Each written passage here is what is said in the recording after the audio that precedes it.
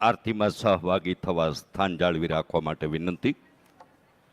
દુર્ગાષ્ટમી, રાધાષ્ટમી, દરાષ્ટમી અને ગૌરી પૂજનના આ દિવ્ય દિવસ અને દિવ્ય ધરામાં દ્વિતીય જ્ઞાન સત્ર વિરામની આરતીમાં સહભાગી થવા વિનંતી કરીશ. શાસ્ત્રી પૂજની રસિકભાઈ દવેને વિનંતી કરું કે ઠાકોરજીનું દર્શન પૂજન કરી અને આરતીમાં સહભાગી થઈ અને આજના દિવ્ય અવસરના તેઓ સાક્ષી બનશે તેવી વિનંતી સાથે આવતીકાલનું તૃતીય દિવસનું જ્ઞાન સત્ર આપણું બરાબર 9 કલાકે પ્રારંભિત થશે.